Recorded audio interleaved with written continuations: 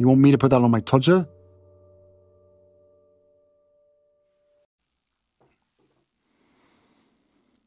Does she post in the comments? Hello, I'm H.G. Tudor. Might it be the case that Harry's wife actually spends time posting in a comments section? Well, there are those that believe that she does. And before we go to the suggested evidence about that, let us consider the position of a narcissist. Narcissists cannot stand to be criticised because that threatens the narcissist's need for control. Suggesting that a narcissist has done something wrong, that a narcissist isn't competent, that they're not brilliant, whatever it might be, whereby you criticise some aspect of the narcissist, you're providing fuel, which is okay, but you're threatening control, and therefore that's not okay. That threat has to be dealt with, and the narcissist has three available options. These are selected instinctively by the narcissism on behalf of the narcissist. Either a direct assertion of control, where the narcissist, for instance, replies to your message, arguing with you, or is in person with you and starts to burst into tears in order to utilize a pity play to cause you to halt the criticism and bring you under control. There's indirect assertion of control, where the narcissist essentially triangulates you or smears you to somebody else, and the opinion of somebody else about you gives the narcissist that sense of control subconsciously, or the narcissist goes into withdrawal, either actively walking away from you, putting the phone down on you, or passively staying in a position of withdrawal and basically jettisoning you, thinking, I don't want to bother with that person, they're an idiot. Thus, the narcissist is always able to get control. But what about Harry's wife? She faces daily threats to her control. Leaving aside what might go on in her private life, vis-a-vis what Ginger Bollocks does and what the children do and what the staff do, etc., around the world there's a daily diet of people criticising her behaviour. This appears in the newspapers, on broadcast news, and of course social media. We know that Harry's wife looks at what is being said and written about her. She can't help herself. Her need for control compels her to go and look. And of course, it's not like she has a proper job that's occupying her time, so she's doing better things than trawling through newspapers and watching the news and looking at what people state on social media. She does this because of the need for control. She does this because, of course, any complimentary reports provide her with positive fuel. But she also wants to know who is being horrible about her. Where the reports are complimentary, she just laps up the pure positive fuel. But where they are critical of her, as you know, that is a threat to control. Many narcissists who operate the higher echelons, where they see such criticism, just laugh and think basically to themselves, you're just an epsilon semi-moron commenting on me. Here I am, with my millions, famous, powerful, you're a nobody, and they just jettison the thought of that individual and move on. Indeed, many of the higher echelon narcissists wouldn't even be looking in the first place, but if they came across such criticism, they invariably find it amusing coming from the little people, and they just move on. It doesn't really affect them. Yes, it's a threat to control. Yes, it must be dealt with, but they don't go into a meltdown. They don't drop to the floor crying. Harry's wife is a middle-mid-range narcissist, and she can't understand why people are awful to her, because she thinks she's a really good person. And it has been suggested that there is an individual that repeatedly posts on page 6 articles in the comment section that may well be Harry's wife. On the subreddit, St. Harry's Wife, they use a full name, I do not, a poster by the name, or a redditor by the name of Some Speculation, has undertaken a quite impressive body of work to provide observations about the behaviour of guest speaker along the lines of suggesting that this might actually be Harry's wife. Let's have a look at some of this detective work, with credit to some speculation, and see what has been unearthed before we consider, is this something that a narcissist like Harry's wife would actually engage in? Guest speaker regularly comments. Here's an example. It shows the hypocrisy. Doria has no shady past. Real biographies, not the hate sites report she worked.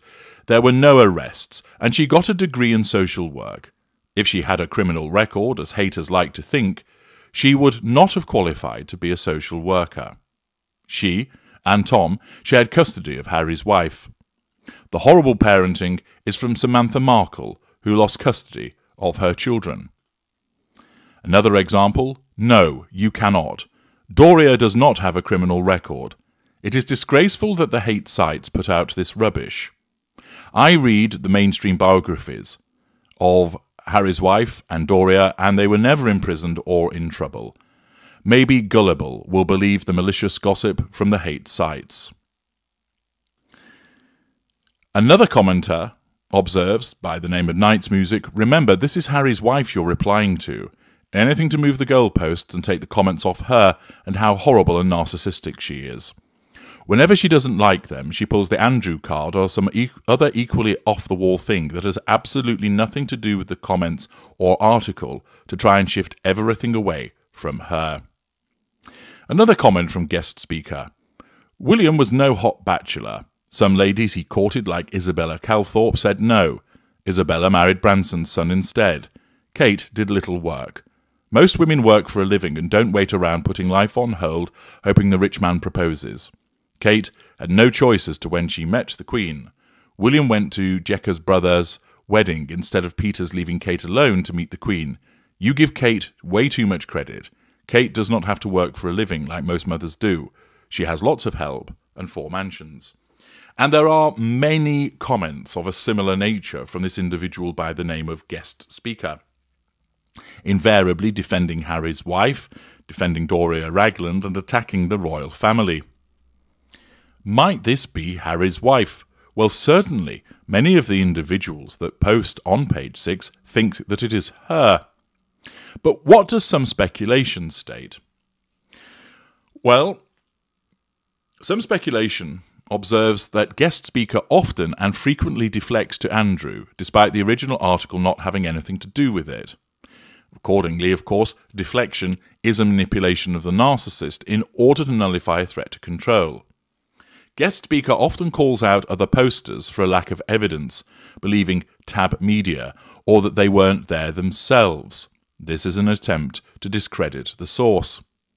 For example, guest speaker writes about reading the mainstream biographies, but never actually names them. When faced with providing evidence, guest speaker frequently and often deflects to do your own research, nullification of threat to control, or you can't order me, and basically stating I do anything despite literally demanding that of other posters, showing hypocrisy. Guest speaker frequently claims the commentator was not there to witness it firsthand. Again, we see that quite common, of course, with the sugars that behave in such a way. Guest speaker is very sensitive to Harry's wife's full name not being used and often corrects it in full capitals. Yet, again showing hypocrisy, uses Kate, Will, even Billy and Katie, and Randy, and therefore insists on the proper use of Harry's wife's name, but won't do the same for other people.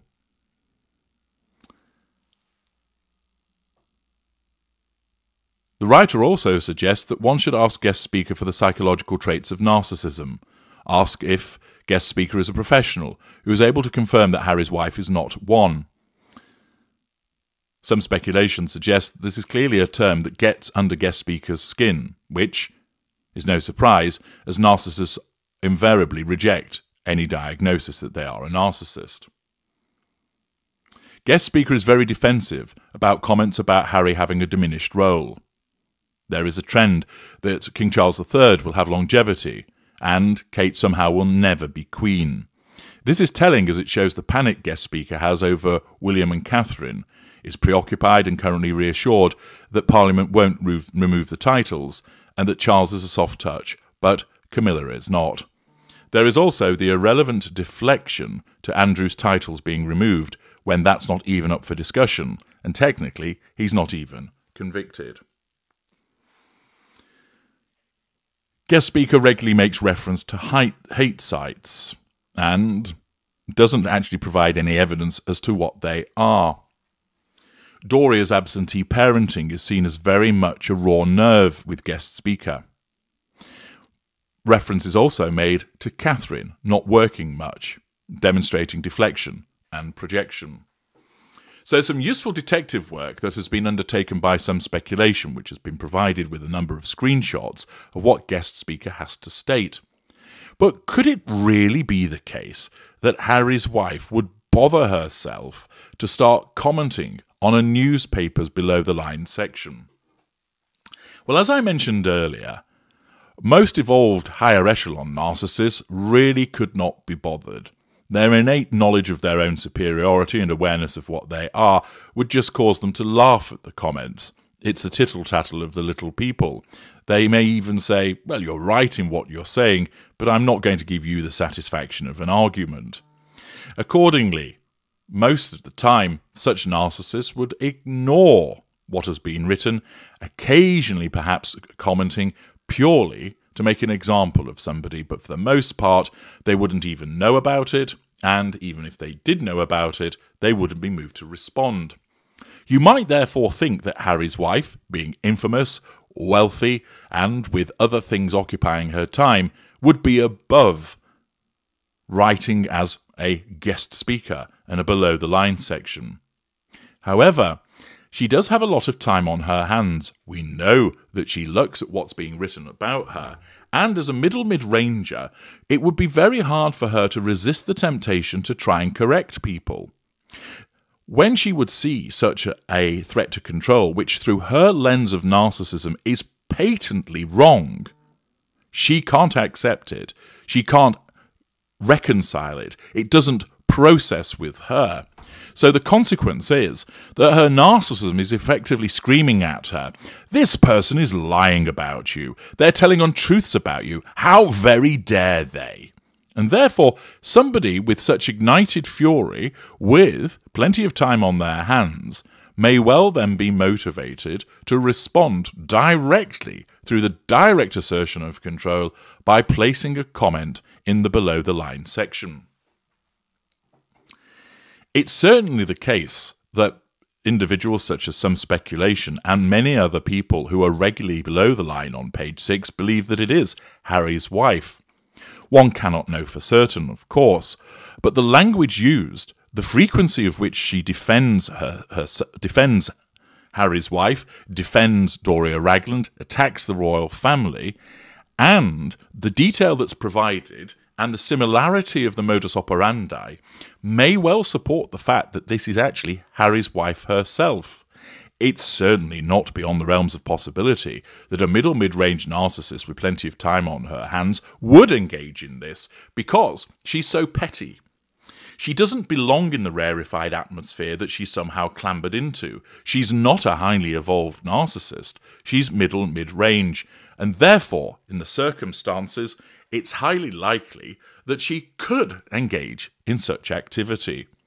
Accordingly, this is the way that she nullifies the threats to control posed by comments about her and her mother, by actively going into the below-the-line section and attacking people, putting them down, and using an array of narcissist manipulations such as deflection, projection, hypocrisy, in order to nullify those threats to control. I'm H.G. Tudor. Thank you for listening.